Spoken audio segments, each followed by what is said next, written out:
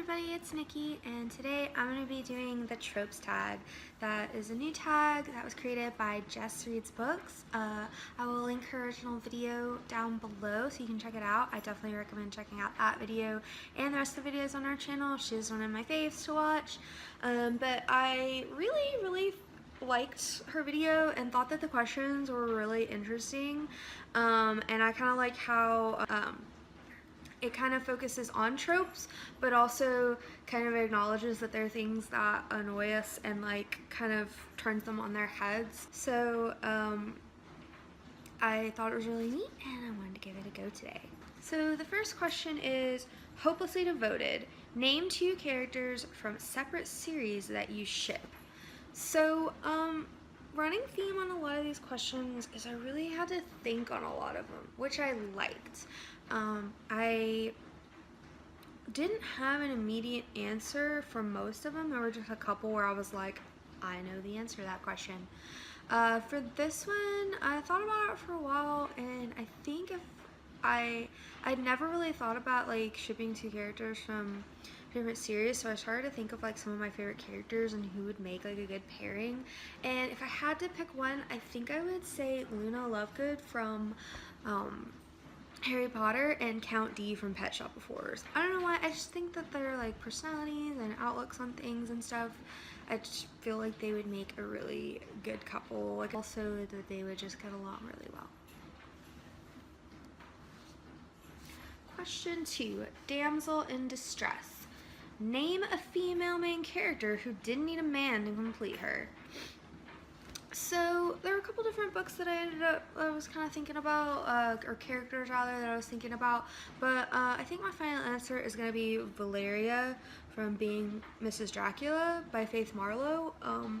Being Mrs. Dracula is basically the telling of the story of the 3 wives of Dracula, which I know probably doesn't sound immediately like it would have a really strong main character who didn't need no man, but Valeria is a badass, and she stays really strong through the series and she doesn't take any of Dracula's bullshit, and I really liked her. But Valeria, his first wife, was just a total badass, and like I said, didn't take any shit and always took care of herself and took care of the other wives as well, and just really like took charge of the series and kind of took charge of her own life and destiny, even though she was kind of dealt a lot of these things that were meant to kind of control her or take control away from her.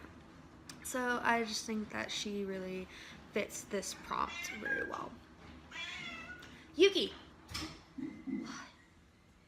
Stop whining.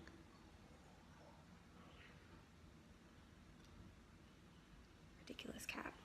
I'm gonna apologize if you hear my cats throughout this video.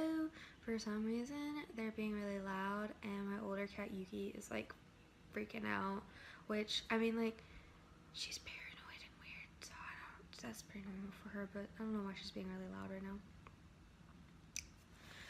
So, question number 3, love at first sight.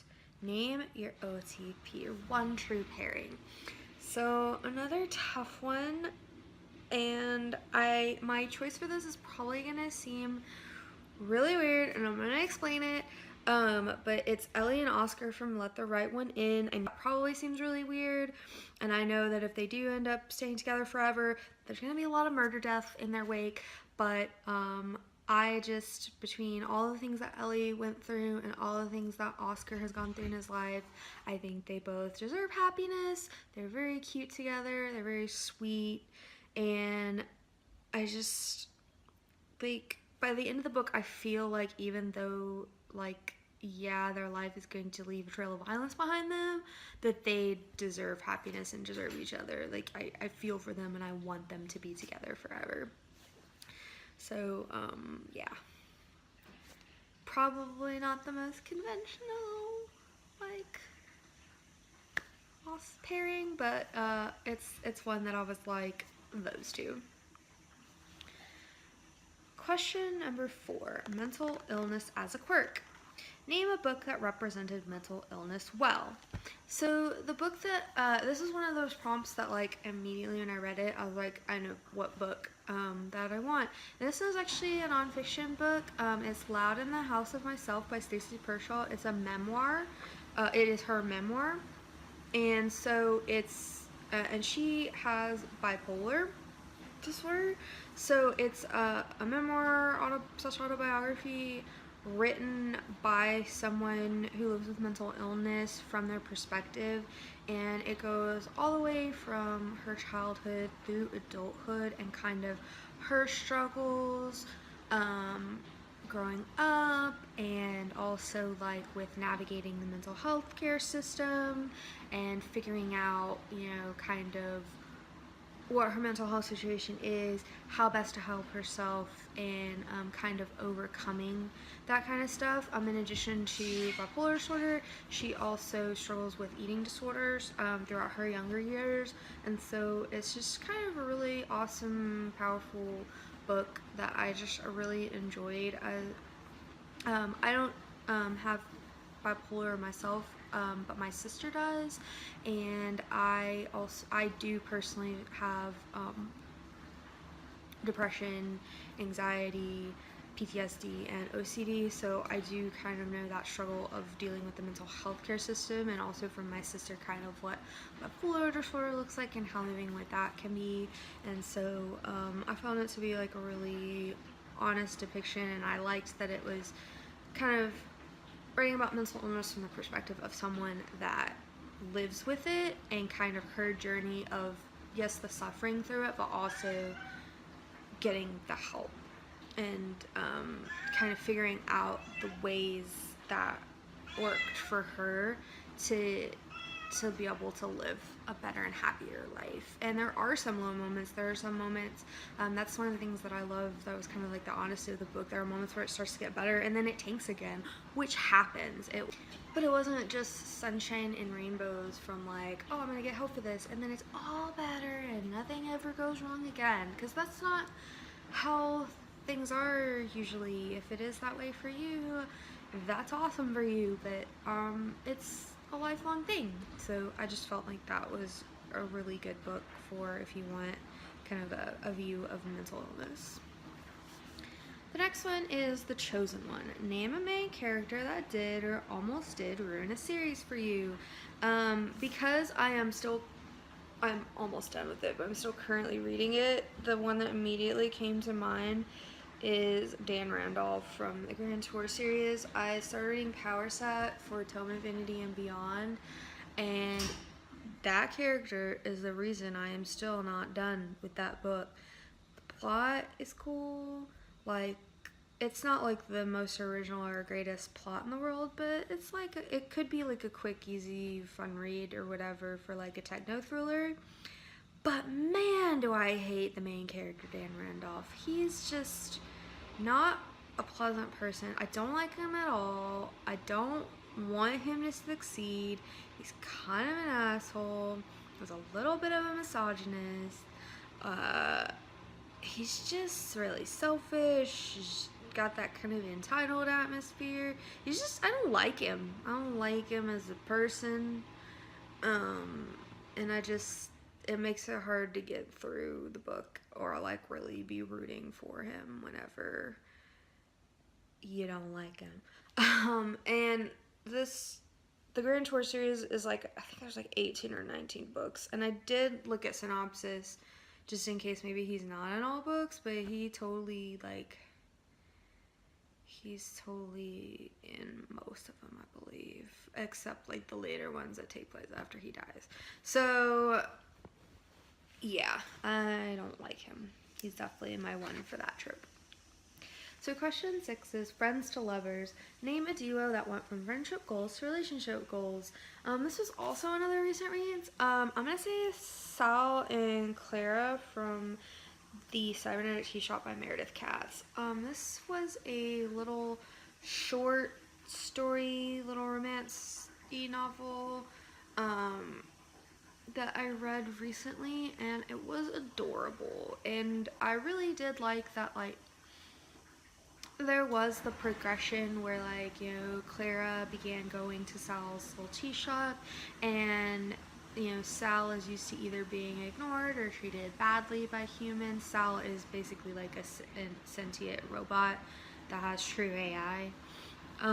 But the kind of friendship to relationship goals, like they take time and they really become friends, and then you kind of get to see them slowly falling for each other, and it just feels really like natural and cute and sweet and heartwarming, and I really liked their friendship and then their eventual relationship, which honestly I was really impressed how well developed it was, considering that the book was not like super long.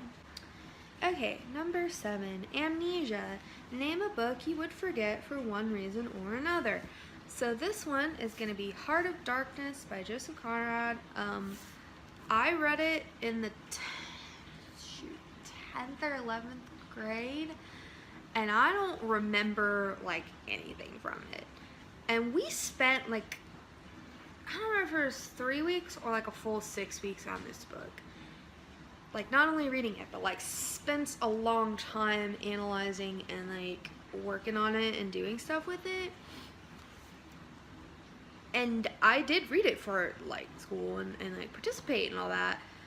I couldn't tell you really much about the book. I remember not really liking it at the time and finding it kind of dense and dry. But like, that's how forgettable it was, is that I spent like a few weeks on it in school and I did read it.